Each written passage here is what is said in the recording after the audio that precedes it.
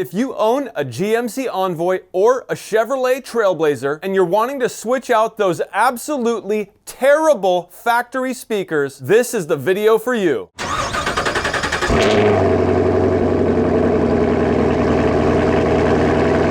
Hey, what's going on, guys? I'm Jimmy with One Road. Today, I'm going to be swapping the rear factory speakers on my wife's 2005 GMC Envoy. Now, these speakers, quite honestly, have to be the worst speakers I've ever heard in my life. I've had stereos as a child that sounded better than the speakers put in this truck. I'm not kidding you. They are the worst speakers I've ever heard ever. I think they must have taken speakers out of a child's play toy and put them in this truck to save money. They sound worse than what my 4-year-old daughter could make out of Play-Doh and a 9-volt battery. They really are the absolute epitome of garbage. And so today we are going to swap those out with some brand new Infinity Reference Series 6.5-inch speakers. So let's get right to it. The first order of business is going to be to remove the door panel. If you look down inside this pull handle, you'll see an access panel that we need to remove. Simply grab a small flathead screwdriver and carefully insert it down into the slot, and it should click right out. You'll now see two 7mm screws that you'll need to remove.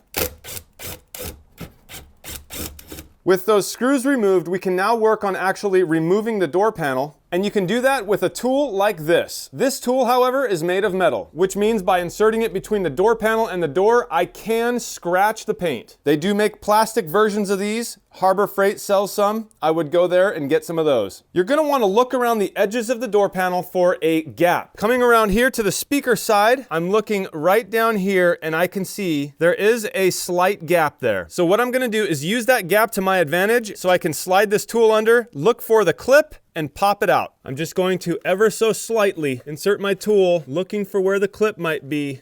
There we go, there's one. Perfect. Once you have one, it's very easy to find the others, and they do pop out fairly easily. So if you're trying to force something, definitely stop what you're doing and rethink it, because these clips and door panels are easy to mess up, and you don't want to do that. Yeah, there we go. With all the clips removed, you'll notice that the door panel still isn't able to come out. And that is because there is a strip here that lies inside of a channel that you need to lift out, and it slides right out of the channel there. We also can work on getting this switch removed. There are multiple ways to do that. This one just so happened to come apart with the bezel and the switch being separated. That's fine because we can put it all back together later. With the door panel removed, we can now see what the door looks like and where the speaker is located. You'll notice this black rubberized material. You will not need to remove this at all. And you'll also notice the speaker right here. You'll see a couple of screws, one here, and one down here, and you will not need to touch those. The screws you will need to touch are right here and right here. There's just two of them. These screws are actually T15 Torx bit screws, so you'll need something that looks like this. Go ahead and remove those screws. With those two screws removed, we can now pop the old speaker right out. Just pry behind it, and it comes right out. You'll see electrically the speaker is connected with a simple plug. You'll need to just press in on that tab and pull it out. What you now hold in your hand is probably the worst speaker ever created in the history of speakers. You can go ahead and throw this in the garbage. The only modification we're gonna have to make is to cut this little nipple off of there. We'll accomplish that by using a pair of dikes. Because there's still a small piece there, we're gonna go ahead and take a file and file that down just so we don't have any fitment issues with our new speaker. To connect our speaker electrically, I'm going to be using this adapter. You can find these on Amazon, and I'll put a link down in the description below. What this adapter allows you to do is plug right into the factory outlet, and all you'll have to do from there is plug the ends right into the speaker. On the back of the speaker, you'll see these two outlets here, and the ends of that adapter will plug right into these. They are differently sized, so there's no way you can hook this up wrong. The white one goes to the bigger side, and the black one goes to the smaller side. After I connected the speaker electrically, you can see I then took a wire tie into this existing tab and wire tied off our wires just so they don't sit too deep into the door so the window won't hit it as it rolls down. Now we can go ahead and mount our speaker. You can go ahead and test fit the speaker, and once you're sure it's all gonna fit with no problems, you can go ahead and drive a screw right into the top. Now that you have one screw installed, we can go ahead and screw in the other three. And you can see that this speaker fits absolutely perfectly. All the holes line up just like from the factory.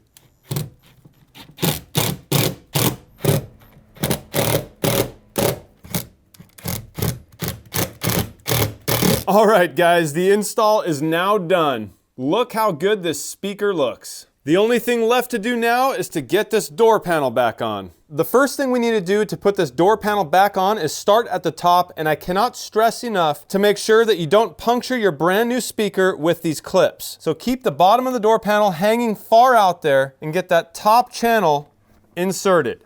And you also want to make sure that you have the electrical plug for the window switch out so that you can plug that in later. Going around the entire perimeter of the door panel, click in all of your clips. Then all you have to do is take your switch, plug it in, and set it just like that. Last but not least, you'll want to make sure you put these 2 screws back in and the cover panel.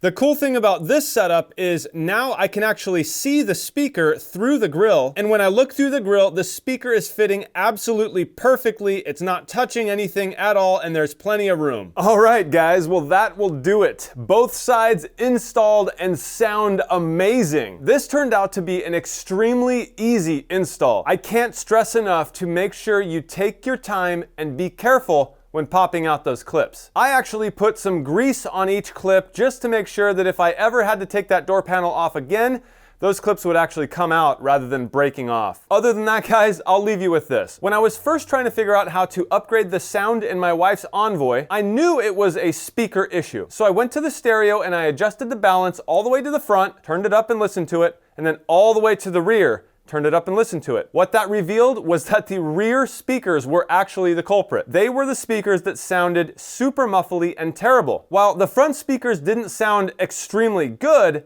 they also didn't sound bad. So I knew that a good start to upgrade the sound in this truck was gonna be to first replace those 2 rear speakers, and then I could replace the fronts as needed. In this case though, with the listening that I've just done, they sound great. I don't know if I'm gonna need to replace the front speakers. Those rears sound so good and add so much tight, crisp sound. I can't wait to have my wife hear it. Well, anyways, guys, if you have an Envoy or a Trailblazer and you were wondering how in the world you replace the speakers in this truck, I hope this video helped you, and I also hope you hit the thumbs up for me and subscribe to the channel if you're not already. Don't forget to check the description below. I'll have links to the speakers that I used and also the little wiring harness that I used to connect them. Thanks again, guys, for watching. I'm Jimmy with One Road, and I will see you in the next one. Peace out.